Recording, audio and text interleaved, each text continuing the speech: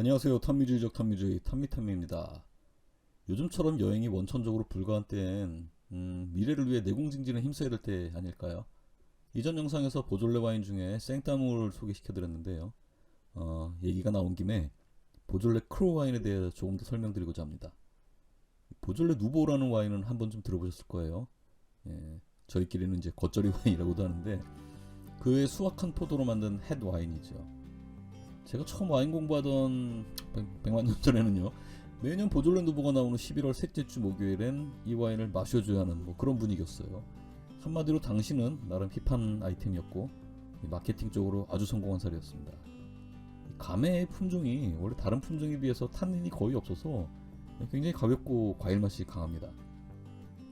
그래서 보졸레 누보는 겉절이로 진짜 포도주스처럼 가볍게 만들거든요. 아무래도 깊은 맛을 내는 김장용 와인에 필적하는 퀄리티는 좀 아니죠.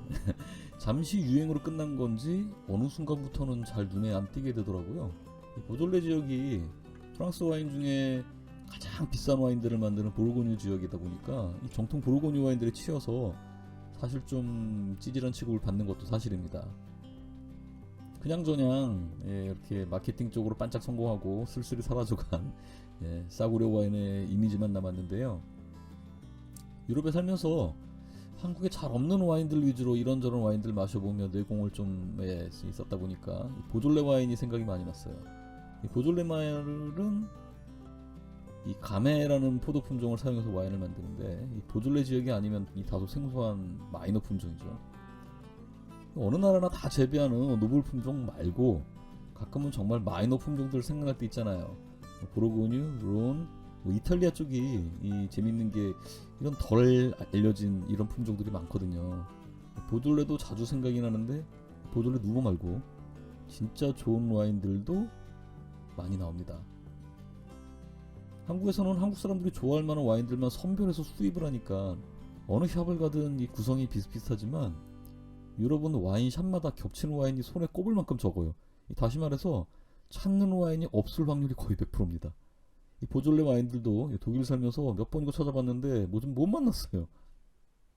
유럽 전역에서 생산되는 뭐 수십만 가지 와인이 자유 경쟁을 하는 곳이니까 더더욱 그런 것 같습니다.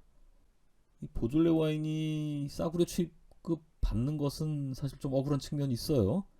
우선 바로 인접한 보르고뉴가 세계에서 가장 고가 와인들이 쏟아지는 지역이라는 점, 그리고 보졸레 이름을 세계에 알리긴 했지만 덕분에 이제 싸구려 이미지까지 같이 준 보졸레 누보. 이 누보는 프랑스어로 새롭다라는 뜻이죠. 근데 보졸레는 누보만 있는 게 아니에요. 우리가 김치 담을 때 겉절이만 담는 게 아니듯이, 그리고 사실 겉절이는 메인 아니잖아요. 김치 익을 때까지 언제 기다려, 이 고생했는데 오늘 당장 한 입이라도 먹자라고 만든 게 겉절이잖아요. 그래서 진짜 보졸레 와인은 누보가 아닙니다. 누보가 너무 유명해졌을 뿐. 이 진짜 종갓집 김치는 따로 있는데 그냥 썩으로 만들던 겉절이만 뜬 경우에요. 진짜 보졸레 와인은 만드는 방법부터 다릅니다. 겉절이와 김장김치가 들어간 재료부터 무치는 방법까지 다 다른 거랑 똑같아요.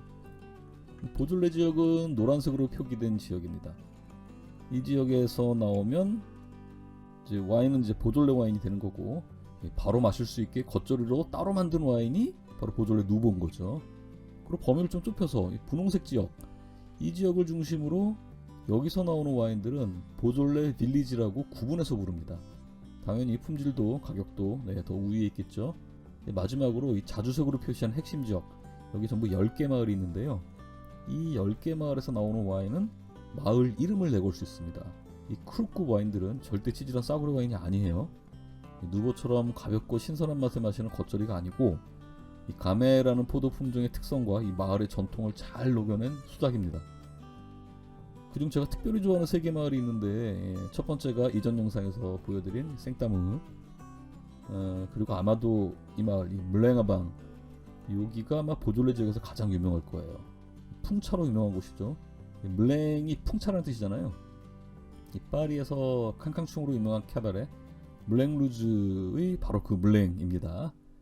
언덕 위에 이제 풍차가 있는데 이게 참 인상적이에요. 이 언덕에서 내려다보는 마을 풍경도 아주 기가 막힙니다. 우선 이 동네가 토양이 좀 나빠요. 예, 망간이 많이 함유된 토양이라서 포도나무들이 막 고사하기도 하고 포도 수확량도 되게 적다고 합니다. 그러다 보니까 역설적으로 다른 지역보다 포도의 응축도가 높아졌어요. 포도 송이가 적으니까 그 몇 안 되는 포도에 한 나무의 영양분이 오롯이 집중될 수 있었다는 거죠. 그래서 이 보졸레 와인 중에 가장 강건한 와인이 만들어집니다. 감의 품종치고는 상당히 강한 탄닌의 구조감이 있어요. 예. 또 한 곳은 플로리. 정말 꽃과 같이 화사한 곳이에요. 너무 아름다워. 물랭아방이 언덕 위에 풍차가 있다면 이 플레리 언덕 위에는 작은 교회가 있습니다. 여기서 내려다보는 경치가 정말 죽입니다. 이 언덕의 경사가 꽤 가팔라서 이 차로 올라가기 이제 좀 쫄렸거든요. 나중에 보니까 언덕 뒤쪽으로 더 좋은 길이 있긴 있더라고요.